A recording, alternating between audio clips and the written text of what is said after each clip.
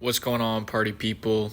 I wanted to come out and just make a cut commentary talking a little bit about the events that took place last night, UFC 329. Otherwise, from the main event, it was a splendid card. It was all amazing results. Patty getting it done in less than a minute was awesome.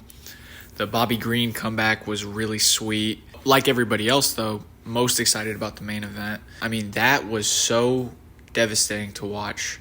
I would consider myself a pretty hardcore UFC fan, and I got into the sport from watching Conor McGregor's meteoric rise like a lot of people did, and I've just kind of been obsessed with it ever since. Something that I'm really disappointed and upset about is I feel like in the lead up to this fight, he really made us believe, he made us believe, and we all bought into the hype. 92% of bets were placed on McGregor. But I wanted to come on here and as, more of like a hardcore kind of fan, speak maybe to more casual fans and kind of explain to them what happened. I'm seeing a lot of crazy shit out there, like people think it was rigged. That shit was not rigged. He's worth over $200 million. He wouldn't have no reason at all to come back and embarrass himself like that for a paycheck. Absolutely the fuck not. So for anybody saying that, you're just a fucking moron, and you're probably saying that because you bet money on him. So let's just call a spade, buddy. But for people that genuinely don't keep up with the sport that much and they thought it looked fishy, from what I gathered, there's backstage footage. Conor went and he was practicing that kick that he was going to open up the fight with in the back. There's a few videos of him getting some reps in, throwing that same kick.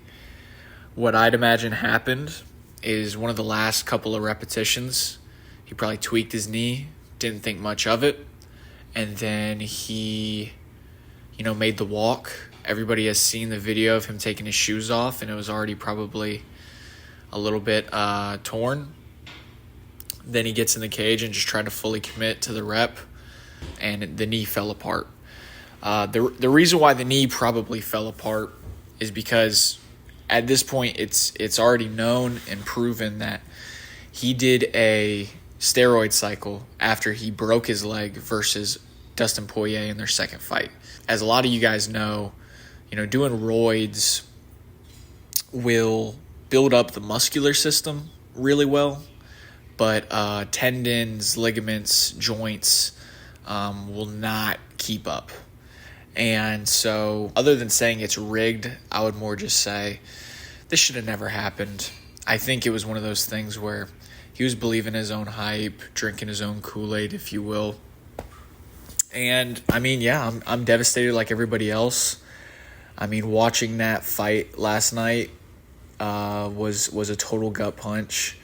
And like I said, I was having such a good time hanging with my buddies, having a few drinks. We were having some food.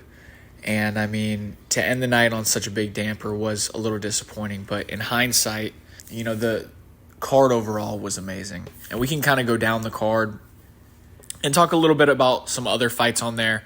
Give you guys kind of my analysis on things. Going down to just the co-main, like Paddy Pimblett beating BSD in under a minute. That was such an awesome win to see. He used to be the casual kind of guy, and he probably has the most stardom out of most people in the sport at this point. But somehow, going into that fight, he was an underdog. BSD was on this crazy run, but you have to realize that styles make fights. BSD goes for that very sloppy takedown less than a minute into the fight against, the second best submission artist in the division. Him and Charles are up there, and there's really nobody in third place that's very close that comes to mind. And so he just pulled that really quick Darce, got a great win for the Scousers. That was really fun to see. And I don't know if him and Luke Riley are teammates, but I know they're both from Liverpool. And, them both getting a win, very quick finishes. They're awesome. They're great to see. Loner Kavanaugh, I was a little bit disappointed to see that, but my favorite fighter in the UFC is Joshua Van, and so seeing Brandon Royval get a win over Loner Kavanaugh, it just kind of makes Van's win over him look even more spectacular. I cannot wait to see Van defend his belt, probably around September, to Pantoja. That's going to be a really fun fight to see. Now, we go even further down. You got Terrence McKinney versus Bobby Green. Somehow that fight didn't make it out of the first round. I wasn't too bummed out. I ought to start doing prediction videos because I picked Bobby Green to win that fight. I felt like just the way Terrence would have had to win was finishing him super early. Bobby Green has fought... saying Bobby Green has fought the who's who is understatement of the year. This guy has been in there with some of the best guys at 155. Dustin and Jalen Turner. So him having to make it out of the second round, which was what I thought was his path to victory, was not even necessary. He just kind of weathered the storm. Somehow he's still durable after all these late stoppage finishes that he's absorbed.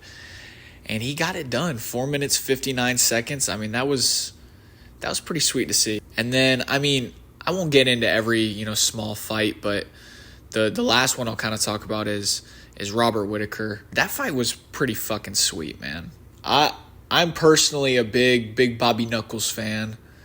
I've been keeping up with him. I actually, rooted for him against Adesanya on some hater ass shit back in the day.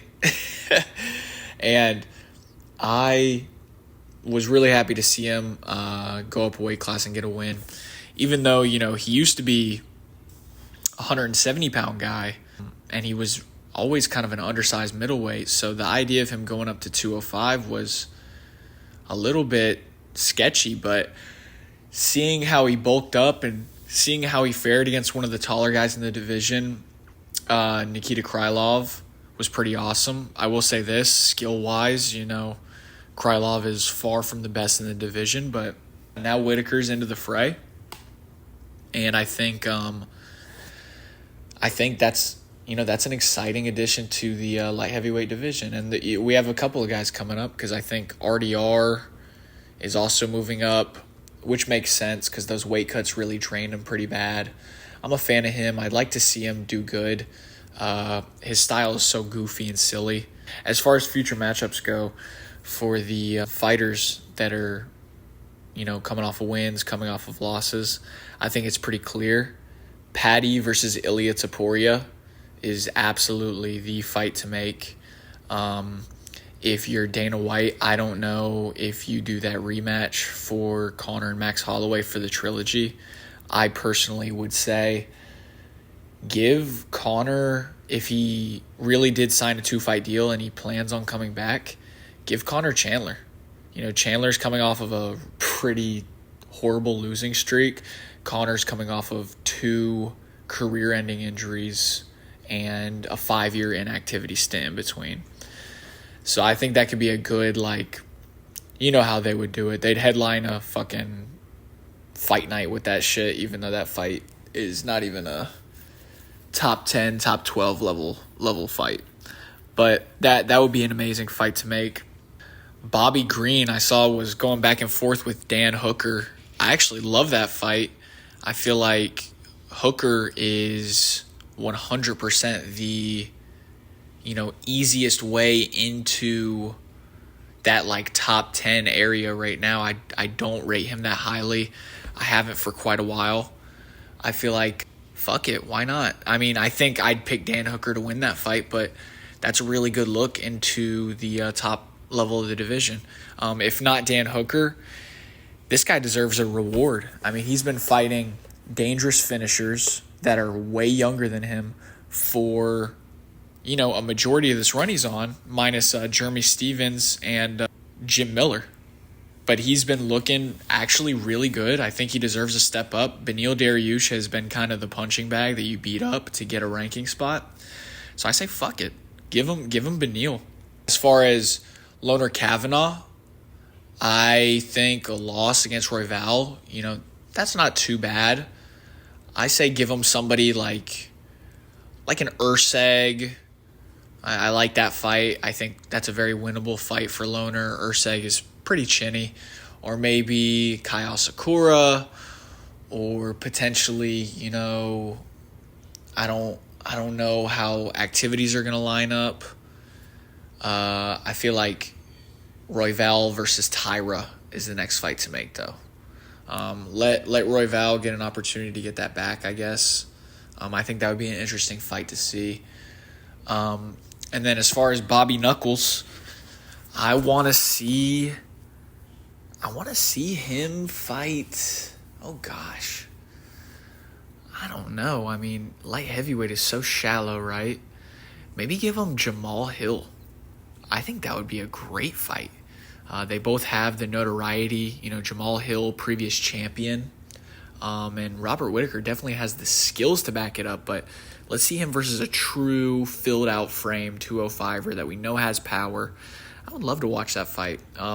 If not, then maybe a Dominic Reyes or somebody of that nature. Somebody right around his ranking spot. But yeah, I'm actually very optimistic. I think overall that card was just fucking awesome. It's unfortunate that the main event went the way it did, but think historically how often the main event is the disappointing part of a card. All these stakes, all this anticipation, it's bound to disappoint compared to what you expect. And I hope Conor comes back healthy. Like I said, I think a good opportunity for him would be coming back and giving Chandler the fight he deserves, giving him that payday, and just kind of retiring on what I think would be a great, very winnable fight for him. But yeah, thank you for watching.